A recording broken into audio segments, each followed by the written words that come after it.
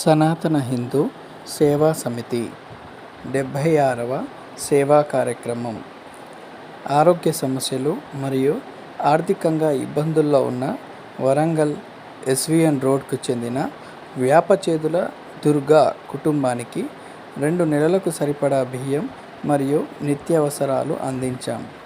ఈ కార్యక్రమంలో సనాతన హిందూ సేవా సమితి వ్యవస్థాపకులు తాళ్లపల్లి నగేష్, అధ్యక్షుడు మిట్టపల్లి వేణు, గ్రూప్ సభ్యులు నోముల మహేష్ బాబు, దీకొండ అమర్నాథ్, మేకల శశికాంత్, గంగిడి ధర్మారెడ్డి మొదలైన వారు పాల్గొన్నారు.